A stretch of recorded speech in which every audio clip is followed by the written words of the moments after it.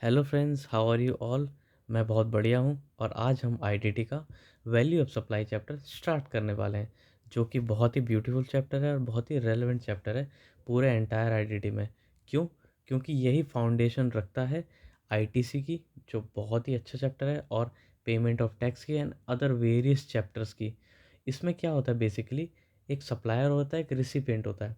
तो सप्लायर कितने रुपए डिमांड करेगा रिसिपिएंट से, जो भी उसने गुड्स सर्विसेज उसको डिलीवर किया है, वो हम इसमें देखेंगे।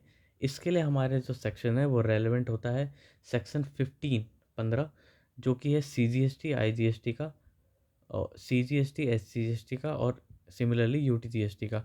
तो इसमें हमें सेक्शन 15 बताएगा, एंटायरली हमारी हेल्प करेगा कि हम क्या ट्रांजैक्शन वैल्यू डिसाइड करें जो दोनों पार्टी के बीच में होता है।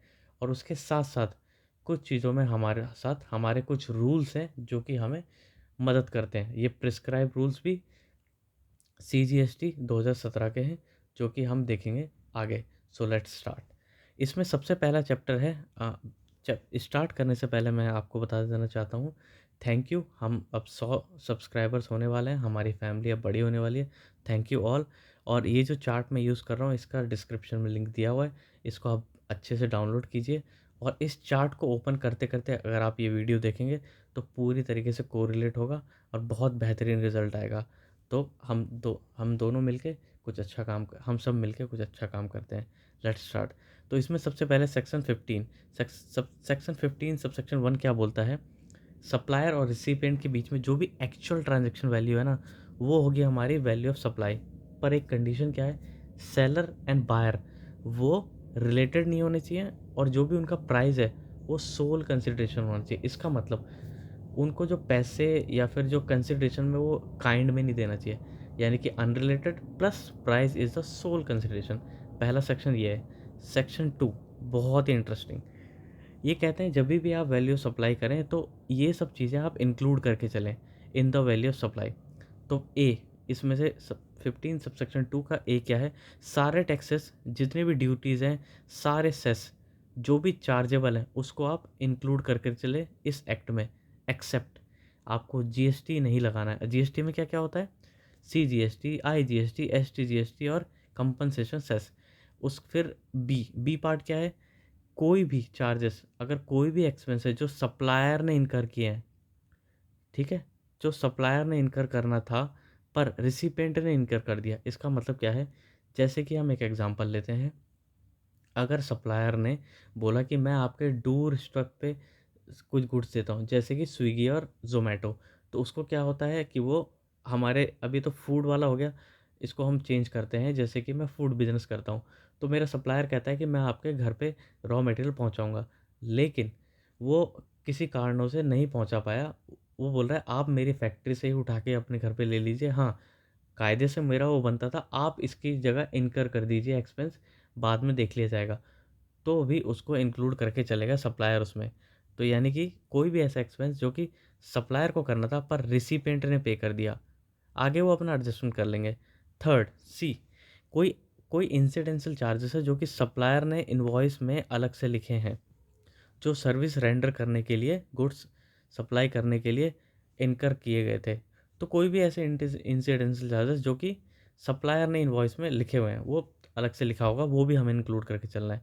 डी पार्ट, कोई इंटरेस्ट है या लेट पेमेंट फीस है। इसका मतलब क्या, सपोज़ कीजिए एक सप्लायर ने अपने बायर को 2 महीने के उधार पे दिया इंटरेस्ट पे, ठीक है, नहीं 2 महीने उसका पेमेंट पीरियड था कि 2 महीने तक कोई पैसे नहीं लगेंगे, उसके बाद आपको इंटरेस्ट चुकाना होगा।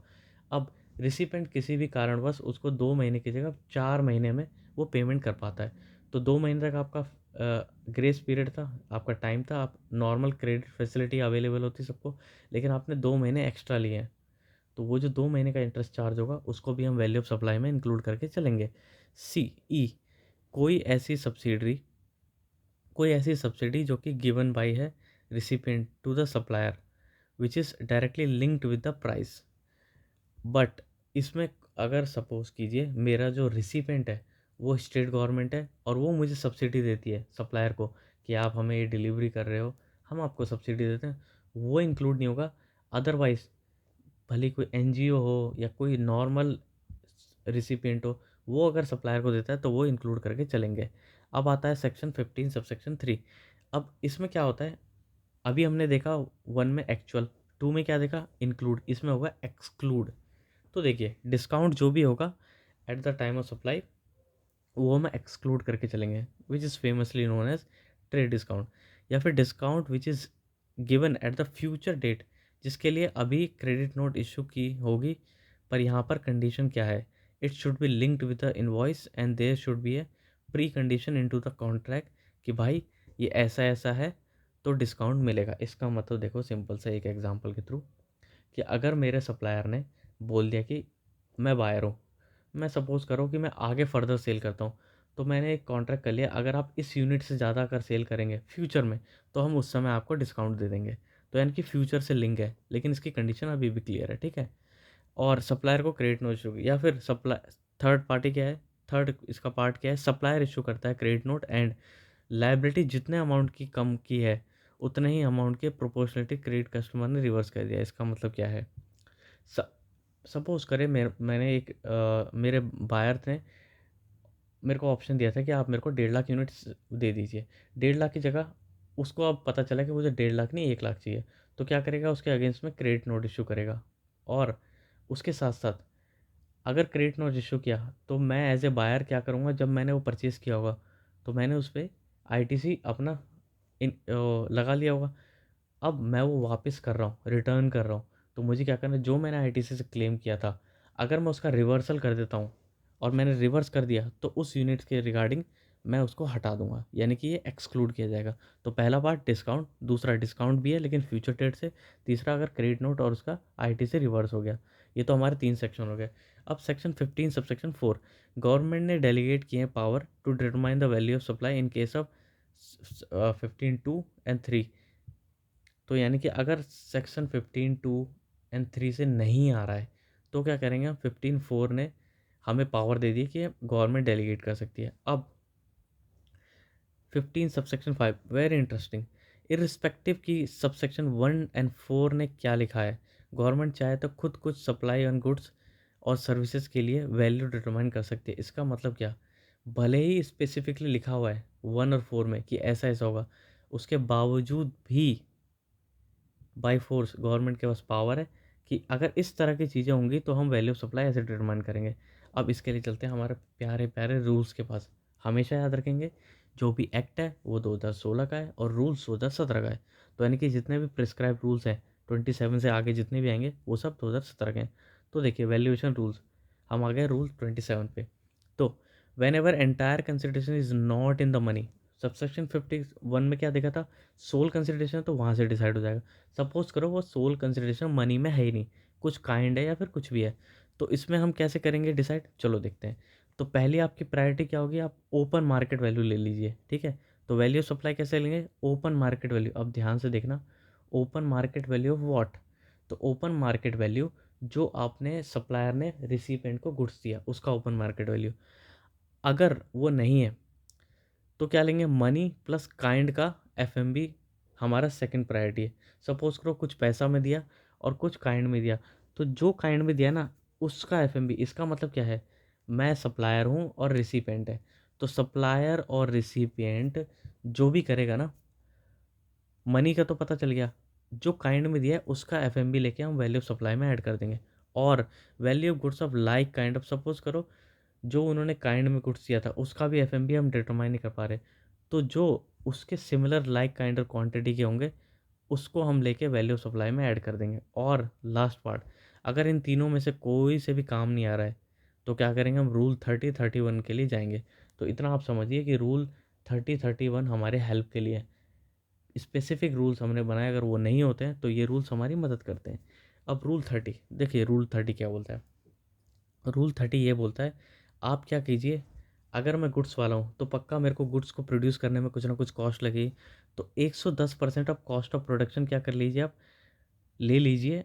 अगर आप मैन्युफैक्चरर हैं तो वैल्यू ऑफ सप्लाई का। इसका मतलब क्या है, सपोज़ करो मेरा रूल 27 से नहीं निकल पा रहा है, ठीक है, और आगे मैंने फर्दर सप्लाई कर दिया किसी को, उसकी वैल्यू डिटरमाइन नहीं हो पा रही, तो क्या करिए आप, जो भी आपका कॉस्ट ऑफ प्रोडक्शन है ना सप्लाई किया हुआ उसका 110% ले लीजिए। अगर आप ट्रेडिंग कर रहे हैं तो 110% ऑफ कॉस्ट ऑफ एक्विजिशन, या आप सर्विस प्रोवाइड करा रहे हैं तो जो जिसको आप आगे सर्विस वो भी किसी को दे रहा होगा, उसके बदले पैसे दे रहा होगा, है ना। तो इसका मतलब देखिए क्या है, आपने किसी एक पार्टी को बेचा जो आपका सब वो रिसिपेंट है, नहीं पता चल रहा आपने कितने बेचा, पर वो फर्दर आगे सप्लाई कर रहा है, तो वो जितने में सप्लाई कर रहा है ना उसको वैल्यू पता है, उसका 110%, यानी कि आप 10% मार्जिन के हिसाब से उसके ऊपर अपना वैल्यू ऑफ सप्लाई फिक्स कर दिया, और जब वैल्यू ऑफ सप्लाई देगी तो हम जीएसटी भी निकाल लेंगे, ठीक है, जो कि हम पेमेंट ऑफ टैक्स वाले में देखेंगे। ये है रूल 30। तो 110% ऑफ कॉस्ट ऑफ प्रोडक्शन अगर आप मैन्युफैक्चरर है, अगर आप ट्रेडिंग करते हैं तो 110 ऑफ कॉस्ट ऑफ एक्विजिशन, अगर आप सर्विस प्रोवाइडर हैं तो फिर 110% ऑफ कॉस्ट ऑफ। अब रूल 31 आता है। तो रूल 31 में क्या है, अगर रूल 30 से भी आंसर नहीं आ रहा तो आप बजा दीजिए, बजा BJA, यानी कि बेस्ट जजमेंट लगा के जो भी आप वैल्यूएशन कर लीजिए। अब आता है रूल 28। रूल 27 देख लिया। रूल 27 क्या है, जब आपका इंटायर कंसिडरेशन मनी में नहीं है और ओपन मार्केट वैल्यू मनी में नहीं है, तब आता है रूल 28। कब आएगा, whenever supplies are made in related to a person और डिस्टिंग पर्सन। इसका मतलब क्या है, जब भी सप्लाई हम किसी अपने रिलेटेड पर्सन को करते हैं या फिर डीम डिस्टिंग पर्सन को करते हैं, बट एजेंट भी हमेशा याद रखना कि हमारा वो रिलेटेड पर्सन था, उसको हटा के। तो इसमें रूल 28 कैसे मदद करता है, पहली प्रायोरिटी किसको देता है, ओपन मार्केट वैल्यू, सेम ऊपर वाली की तरह। सेकंड प्रायोरिटी अगर नहीं मिल रही ओपन मार्केट वैल्यू तो लाइक काइंड और क्वालिटी, यानी कि उसी के जैसे सिमिलर और उतनी क्वांटिटी का वॉल्यूम का हम प्रायोरिटी ले लेते हैं। थर्ड, अगेन रूल 31 पे। अब देखिए यहाँ पे एक इंटरेस्टिंग चीज़ है, या फिर अगर आपका डिस्टिंक्ट पर्सन है, ठीक है, तो सामने वाले का जो भी सप्लाई करता है उसका 90% आप ले लीजिए। इसका मतलब देखिए, आपने अपनी एक डीम डिस्टिंक्ट पर्सन यानी कि सेम यूनिट को आप सेम पैन पर रजिस्टर्ड था, उसको आपने एक्स वैल्यू में दिया, आपको नहीं पता कितने में दिया। उस सिमिलर पर्सन ने किसी थर्ड पार्टी को बेचा जो कि अनरिलेटेड है, तो जितने का उसने बेचा हुआ उसका 90% लेके आप वैल्यू सप्लाई कर लीजिए अपने और रिलेटेड पार्टी के बीच में, ठीक है। उसके बाद क्या है, प्रोवाइजो है इसके ऊपर, यानी कि रूल 28 क्या है, अगर आपके डीम डिस्ट्रिक्ट पर्सन को या फिर रिलेटेड पर्सन को पूरा या फिर फुल आईटीसी मिलता है तो क्या कीजिए आप, जो भी इनवॉइस वैल्यू वो लीजिए। इसका मतलब क्या है, सपोज़ कीजिए मैं हूँ दिल्ली में और मेरी एक रिलेटेड पार्टी है महाराष्ट्र में। अब मुझे नहीं पता हम दोनों के बीच में कितने वैल्यू ऑफ सप्लाई है। हाँ, इतना मुझे पता है कि महाराष्ट्र वाली मेरी यूनिट भी आईटीसी लेने के एलिजिबल है। तो अगर ऐसा है ना, तो आप ओपन मार्केट वैल्यू ये सब का झंझट ही नहीं है। अगर मैंने 1000 लिख दिया तो 1000 चलेगा, 20,000 लिख दिया तो 20,000। ओपन मार्केट वैल्यू से क्यों, क्योंकि भैया मैं उसको जितने में दूंगा उतने के लिए वो आईटी से लेगा और आगे वो अपना देख लेगा। तो इसका मतलब जितना मुझे फ़ायदा मिल रहा है उतने का ही उसको बेनिफिट मिल रहा है आईटीसी के तौर पे, मतलब, और उतने का मैं आउटपुट टैक्स दे रहा हूँ। तो सरकार चाहती है फेयर गेम है, ठीक है, जितने का आईटीसी मिल गया। और इस पर एमसीक्यू भी आता है, ध्यान से एमसीक्यू देखा हुआ, आईसीआई ने बनाया हुआ है। अब आते हैं हम रूल 29 पे, उसके बाद हम अगला वाला पार्ट सेकंड पार्ट में लेंगे। हम लास्ट देख रहे हैं इसमें रूल 29 पार्ट 1 ऑफ सप्लाई वाला। तो रूल 29 में क्या आता है, whenever goods are supplied by the principal to his agent, यानी कि रिलेटेड पार्टी है लेकिन अपने एजेंट को दे रहा है, और एजेंट टू प्रिंसिपल यानी कि एजेंट अपने प्रिंसिपल को दे रहा है। अगेन हमें 28 और 29 में कन्फ्यूज नहीं होना है। 29 में क्या है, रिलेटेड पार्टी और वो एजेंट वाला। 28 में क्या है, रिलेटेड पार्टी पर वो एजेंट नहीं है, वो डीम डिस्टिंक्ट पर्सन है, यानी कि सेम पैन पर रजिस्टर्ड है, ठीक है। अब इसमें क्या होगा, वैल्यू ऑफ सप्लाई, तो अगेन वही ओपन मार्केट वैल्यू जो भी आपने गुड्स डिलीवर किया, या फिर रिसिपेंट जो भी है उन गुड्स को सामने कितने में सप्लाई कर रहा है टू हिज अनरिलेटेड पर्सन, उसका 90%, सेम वही। मैं प्रिंसिपल हूँ, मैंने अपने एजेंट को दिया, मुझे नहीं पता कितनी वैल्यू सप्लाई, पर मेरा एजेंट एक अनरिलेटेड पर्सन को दे रहा है, सपोज करो वो दे रहा है 100 रुपये में, तो मेरी वैल्यू सप्लाई क्या होगी, उस 100 रुपये का 90%, यानी कि मैं जो एजेंट को कितने में दे रहा हूँ मैं नहीं निकाल पा रहा था, पर मेरा एजेंट 100 रुपये में दे रहा है तो उसका 90% में मैं वैल्यू सप्लाई निकाल लूँगा, ठीक है। या फिर रूल 30 और 31 में, उसमें वही 110% कॉस्ट ऑफ प्रोडक्शन का, एक्विजिशन का या फिर सर्विस का। अब ये हमारा फर्स्ट पार्ट है, अब हम सेकंड पार्ट में देखेंगे रूल 31 से आगे। हमारे दो पार्ट में मोस्ट प्रोबेबली ये हो जाएंगे। थैंक यू गाइस, इस चैनल को सब्सक्राइब कीजिए, आपके फीडबैक्स आपके कमेंट्स का हमें इंतज़ार रहता है। Thank you, thank you.